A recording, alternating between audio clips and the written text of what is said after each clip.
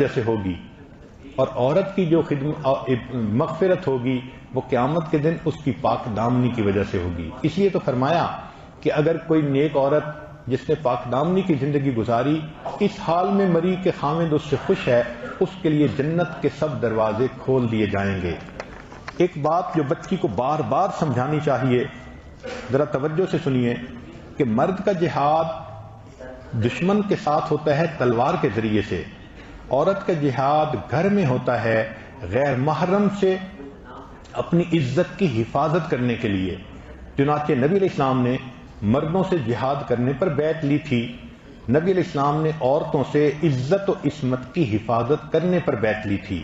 مجاہد کا جہاد گھر سے باہر نکل کے ہوتا ہے، عورت کا جہاد گھر میں رہ کر عزت کی حفاظت کرنے سے ہوتا ہے۔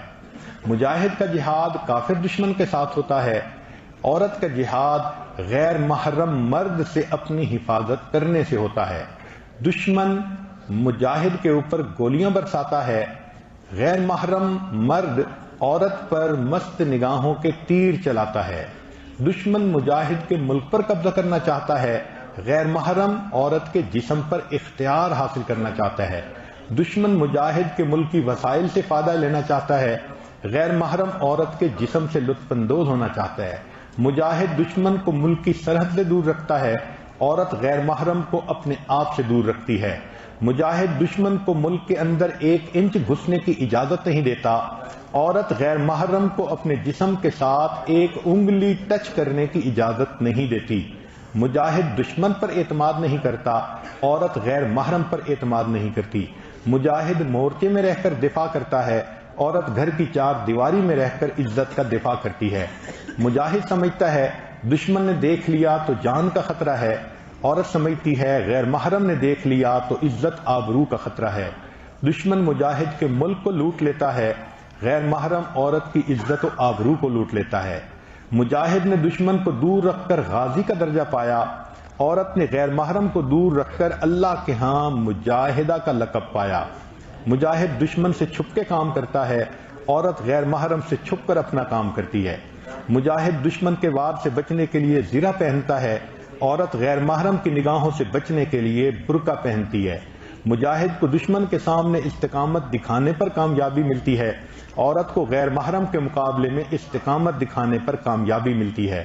دشمن مجاہد سے مذاکرات کو چال کے طور پہ استعمال کرتا ہے، غیر محرم عورت سے بات چیت کو چال اور جال کے طور پہ استعمال کرتا ہے۔ دشمن مجاہد کے ملک میں جاسوس بھیجتا ہے، غیر محرم عورت کی طرف کوئی پیغام رساں یا میسج یا فون کال بھیجتا ہے۔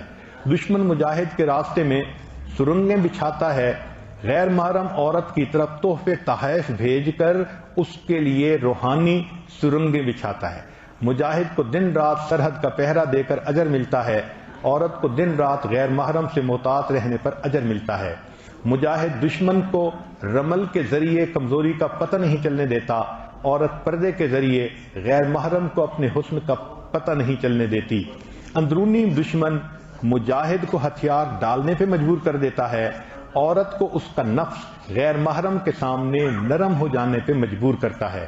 مجاہد کو جہاد اللہ کا قرب عطا کرتا ہے، عورت کو پاک دامنی اللہ کا قرب عطا کرتی ہے۔ مجاہد کو دشمن سے خطرہ ہو تو مومن دوست سے مدد ملتی ہے، عورت کو غیر محرم سے خطرہ ہو تو محرم مردوں سے مدد ملتی ہے۔ مجاہد کو چاہیے کہ دشمن کے حملے کا دندان شکست جواب دے، عورت کو چاہیے کہ غیر محرم کی بات کا منہ توڑ جواب دے۔ مجاہد کو چاہیے کہ اپنے ملک کی حفاظت سے محبت کرے، عورت کو چاہیے اپنے ناموس کی حفاظت سے محبت کرے۔ مجاہد کی دعائیں اللہ کے ہاں قبول ہوتی ہیں، پاک دامن عورت کی دعائیں اللہ کے ہاں قبول ہوتی ہیں۔ مجاہد کو اندرونی دشمن سے خطرہ زیادہ ہوتا ہے، عورت کو محرم رشتہ دار سے غیر محرم رشتہ دار سے خطرہ زیادہ ہوتا ہے۔ مجاہد ملک کی حفاظت کرے تو شہید ہوتا ہے، کرتے ہوئے مرے تو شہید ہوتا ہے، عورت اپنی عزت کی حفاظت کرتے ہوئے مرے اللہ کے ہاں شہید ہوتی ہے۔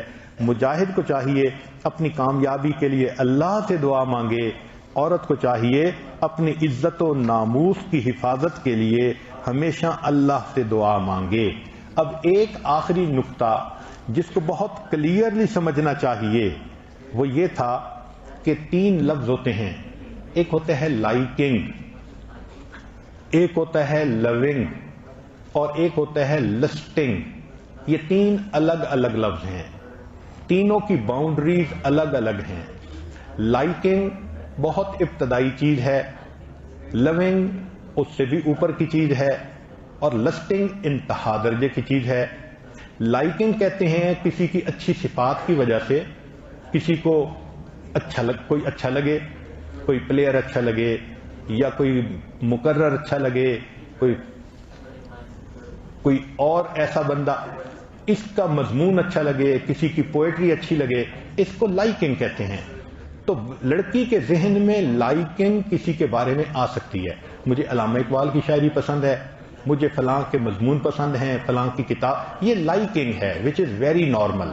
انسان ہے، اس کو بعض چیزیں اچھی لگتی ہیں، تو یہ لائکنگ کا درجہ کہتے ہیں۔ ایک ہوتا ہے لونگ۔ لونگ کا بانڈ اس سے زیادہ مضبوط ہوتا ہے، وہ محرم مردوں کے لیے ہوتا ہے۔ کیسے؟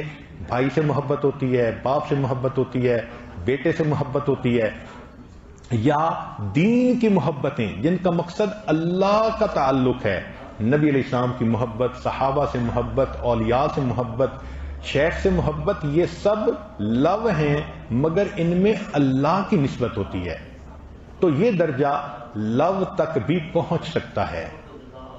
کوئی عورت مثلا مجھے اپنے شیخ سے محبت ہے، اب اس محبت میں کہیں بھی درمیان میں جنس نہیں آ سکتا، کیونکہ نسبت جو اللہ کی ہے یہ نبی علیہ السلام کے نائب ہونے کی وجہ سے تعلق ہے، تو اس کے لیے اگلا بھی زون ممکن ہو سکتا ہے۔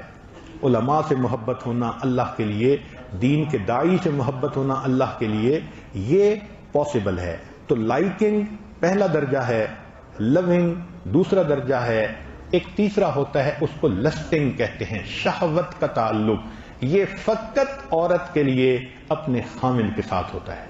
اس کو اچھی طرح بچی کے ذہن میں بٹھا دو کہ شہوت کا جو معاملہ ہے اس کا تعلق خامند کے ساتھ ہے، خامند کے علاوہ کہیں ہوگا انسان اللہ کا مجرم بنے گا۔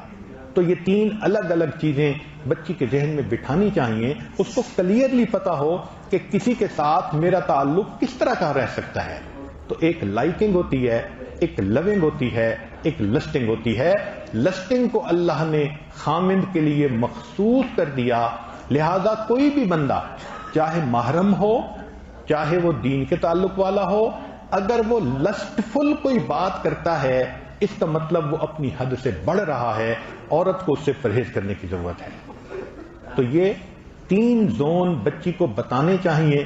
پہلا زون لائکنگ ہے، دوسرا زون لونگ ہے، تیسرا زون وہ لسٹنگ ہے۔ لسٹنگ کا زون فقط خامد کے لیے ہے، اور ان سب کا اصلی اصول یہ ہے کہ اگر بچی کو دوستی لگانے کی مرض ہے، کتنی ہی ذہین کیوں نہ ہو، بیچ دریا میں کشتی ڈبو بیٹھے گی، اور اگر اس کو دوستی لگانے کی مرض نہیں تو وہ کتنی کند ذہن کیوں نہ ہو، اپنی کشتی ہمیشہ کنارے لگا دے گی۔